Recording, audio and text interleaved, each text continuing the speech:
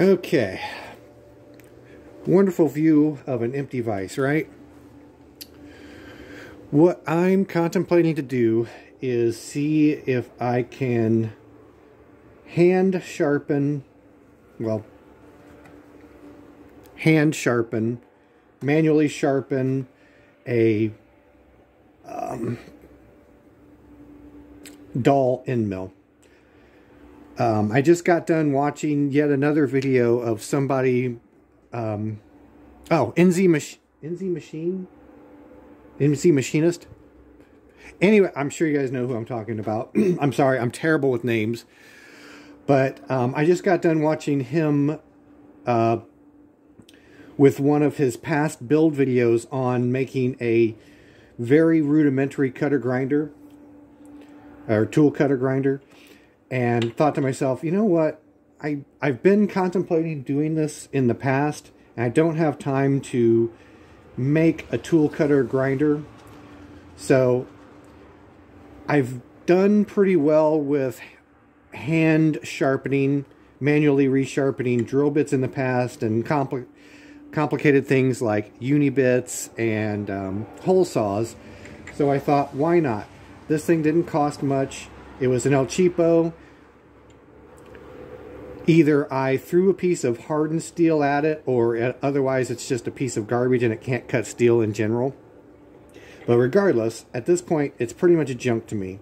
So why not give it a try? I've got nothing to lose, everything to gain. I probably can't really display it on the video, but actually, you know what, let me get my little one of my secret weapons on here real quick, so that I can at least describe it to you fairly well. So, this tooth, if I hold this at the right spot, this tooth looks very dull. This tooth is very dull. This tooth appears to be less dull. And this tooth appears to be very dull. So right off the bat, it doesn't look to me like this is or was cut with perfect angles, perfect geometry to begin with anyways. Or maybe that's not the right way to say it. Possibly not having everything at the same height to begin with. So, anyways, I'm going to just kind of,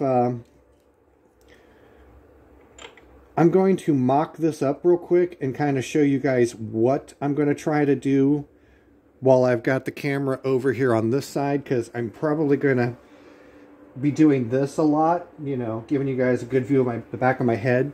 So I'm going to mock it up, and then I'm going to pause and move the camera around to the other side, and maybe you'll be able to kind of see what I'm doing. So this thing is clear. Even the one that feels fairly sharp is still pretty darn dull in comparison to this. And granted, this is a roughing end mill.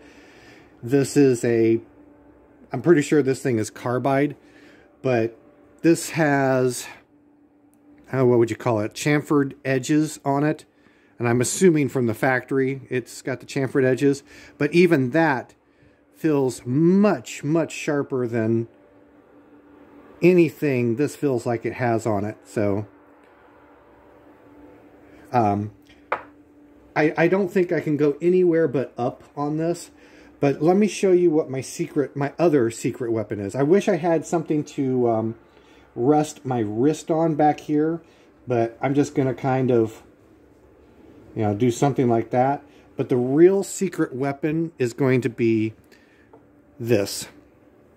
This is just a kebab stick, I guess you could say. Anyways, the idea is I'm going to rest the kebab stick back there and set the back end of the Dremel tool on it. I think that's in camera. And then I'll just kind of cradle my hand as best as I can, or give my right hand, give my strong hand as much additional support as I can, and just kind of very gently kiss the edge of this. Now, I know I'm not going to get the perfect angles while I'm doing this. It's not really the point. Just trying to see what can or can't be done. See how ridiculous this idea is. And I'll say it right off the bat, I wouldn't recommend anybody even think about trying this at home. There are better ways to do it. And anybody that knows me knows that I'm all about trying to find alternative methods for doing stuff on the cheap. And let's face it, we don't all have Joe Pazinski's, budget for tooling and whatnot, or his equipment. So some of us have to make do a little cheaper here. So anyways, I'm going to pause the camera. I'm going to move it around to the other side, and I'm going to shut the heck up and just let you guys watch for a few minutes while I start tinkering with this. If I can get the pause button here. Alright, try to bear with me here for a minute. It's still going to take me a few more seconds to get this situated, or get myself situated, I should say. And it looks like the wind's kind of blowing the camera a little bit, the phone a little bit, so it might kind of wobble a little bit on you guys. Alright, let's see what happens. Wrong speed.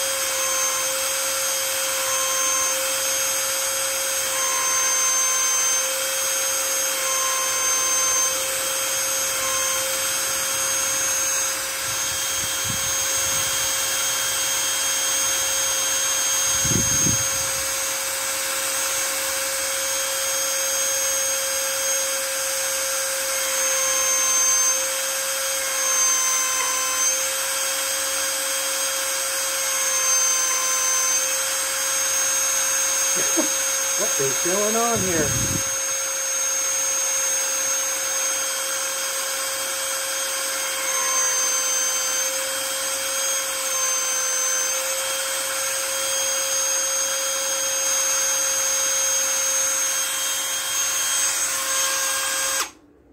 Well, I am barely making a scratch in this thing, it seems like. Well, at least I thought I was only barely making a scratch in it.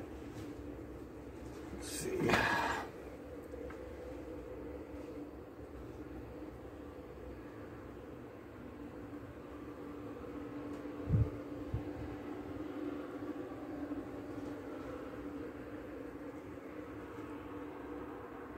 I just don't feel like the grinding wheel that I've got on this thing right now is doing anything. So right now I'm looking at the factory original striations from the original grinding, and after several passes with this grinding wheel, it just doesn't look like it's done hardly diddly squat to the thing. So I'm gonna pause the camera for a little while and try to sort out what I am or am not doing at this point. See if this thing will even scratch this material. So anyways, I'll bring you guys back shortly.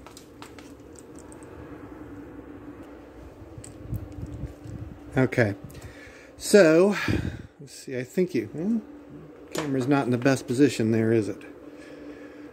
Let me move you just a little bit. Okay, as you can see, I've made a couple of changes here.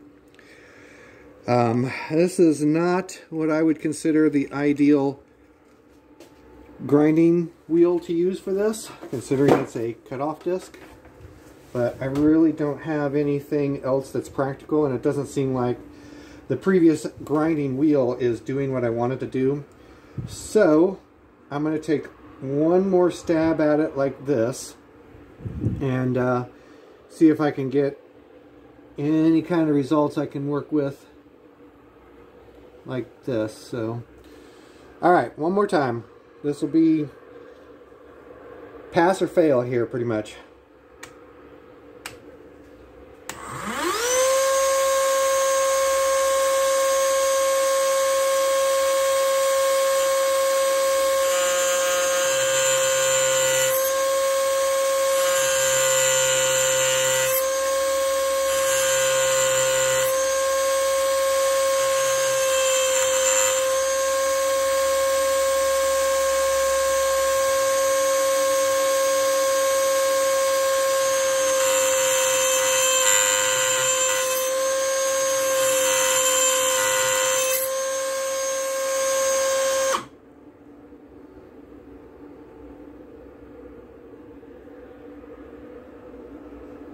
Okay, well that seems to be moving some material.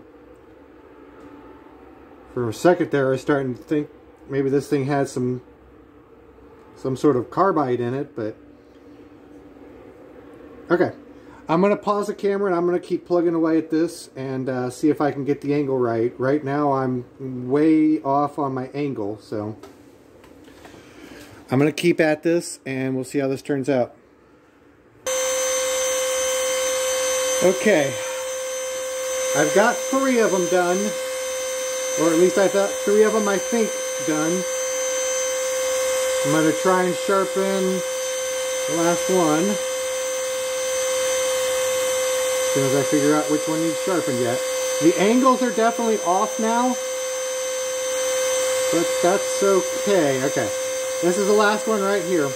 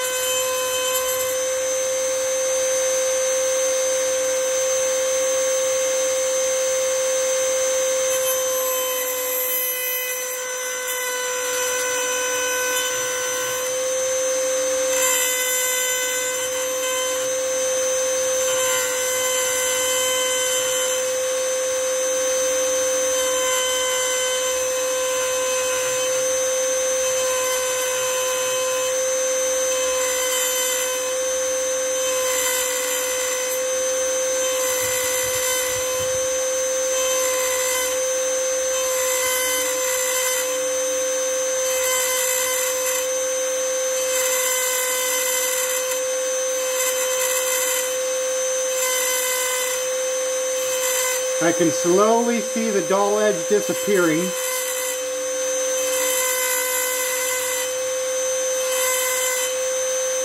where it's just a little speck or a couple of specks of dull edge.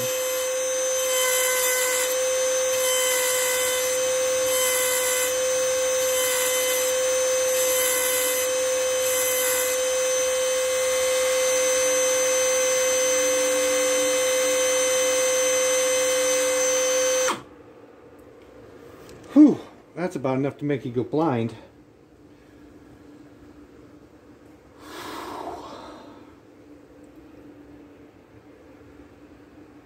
At any rate, I think I've got a small hint of success here.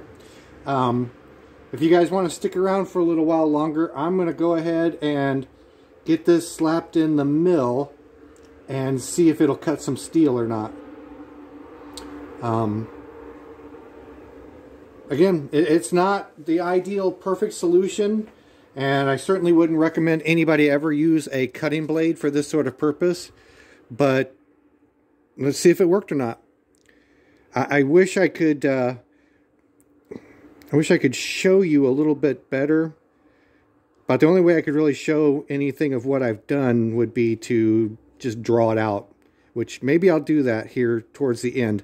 Let's try it first, and then I'll draw what I've done on my little Aaron's Engineering dry erase board. So, assuming I don't accidentally hit the stop button. Okay. Now, I've got my speed set to 2100 RPM. For all I know, that could very well be too high. I don't know. We shall see. So,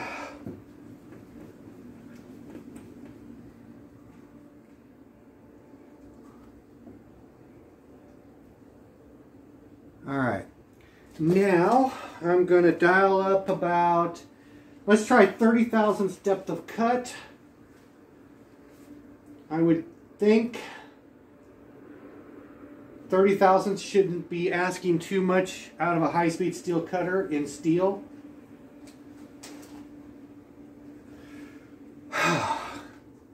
And let's see what happens. Guess technically I probably should have shown you guys how it was, or how poorly it was performing before, so that you could get a better idea of what I was dealing with, but I didn't think that far ahead, so see what happens.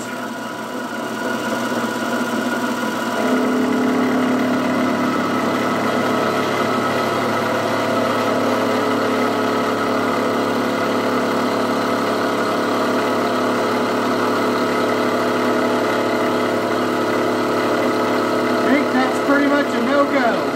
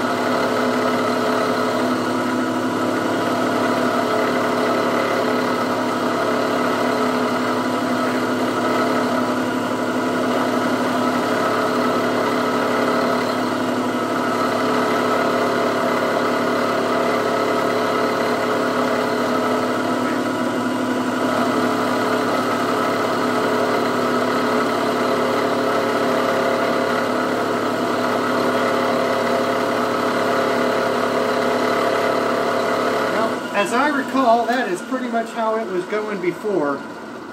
It just shooting a bunch of sparks. So let's go ahead and pull the cutter out and see what the cutter looks like. Let me go ahead and pause it again.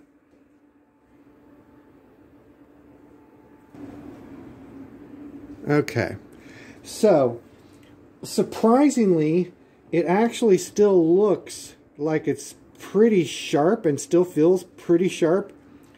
So, I mean, I must have done something halfway decent there.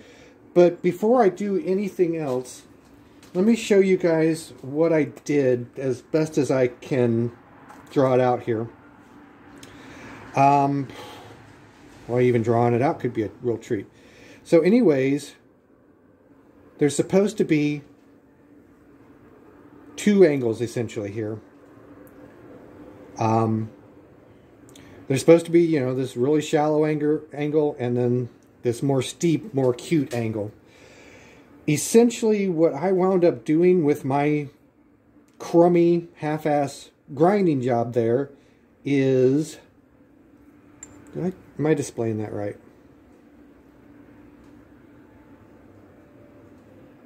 Nope, I'm sorry. I am not displaying that right. Let's try this one more time. Okay. That's what it's supposed to have looked like. That's what it originally looked like. More or less. Okay, so what I've wound up doing then is I came in here and basically extended this and then almost removed this relief angle entirely on a couple of the teeth. I mean, you know, doing it freehand, it's not even. So at any rate, this angle here is not what it used to be here. Basically, I just kind of cheated, but it's cutting again, at least to some extent. I had another thought. If you guys feel like indulging me for a few more seconds, I'm going to chuck the cutter back up, and I'm going to kind of get an idea how deep each tooth seems to be. Basically try and see if each tooth of the cutter is engaging at a couple thousandths, 5 thousandths, you know, that sort of thing. So hang on just a minute. Okay, so what I've got here is I've got one tip of the cutter to where it's just touching the surface of this piece of steel. Okay, so I don't know how well it'll show up on camera, but I'm pretty sure that's not going to show up at all. Anyways, it's just putting the tiniest of scratch in the steel there. Now I'm rotating it around to another cutting edge, and I'm going to see if it will drag another. It doesn't look like it's scratched, but it does look like it took the previous burr and kind of pushed it along a little bit. So it's not terribly, it's not at a very different height than the first cutting tooth was. And I'm now to the third tooth. Third tooth is dragging more, so it's a little deeper. It's put a deeper cut in. And the fourth cutter. And the fourth one is really dragging. So yeah, they are definitely cutting at totally different depths. I would only assume at this point that it's by thousandths or tenths of a thousandth of an inch at this point. But I've also seen brand spanking new cutters do exactly the same thing. So was this successful? I think it was successful enough. In my opinion, for me, I think it would be worth getting a better grinding wheel or grinding stone for the Dremel tool and to try to tinker with some more of these things. On top of that, I've got, I'm reaching over the camera here, I've got these two, well, heck, even if I fixed them, what could I do with them? I've got these two carbide cutters that are pretty mangled. I don't even know what would be the point. I can't chuck this up in anything or at least I can't, the Cochran Bly wouldn't spin this fast enough to be worth its effort. And I can't chuck this up in this mill either, so I still can't spin this fast enough to do anything with it. But at any rate, a better grinding wheel is definitely called for at this point, I would say. And until I can get, find the time to make a corn tool cutter grinder or some very rudimentary add-on to my bench grinder, this might be worth some time for certain types of cutters. So, anyways, I was just kind of bored on a Wednesday night. I figured I would share this with you guys and kind of see if this is possible or not and bring you guys along. So, I'm sure there are plenty of you bored to tears at this point, so I will let you go.